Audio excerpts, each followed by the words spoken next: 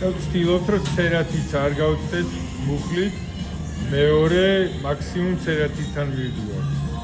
აი ამ მუხლს შიგნით მივატრიალებთ და მიგვაქვს პირდაპირ მეორე ფეხით შეგიძლია აწიოს ზუსტად ეგრე. აი ანუ ეს გვიდევს ქუსლის შიდა მხარეს. დაიკავებ მინდა.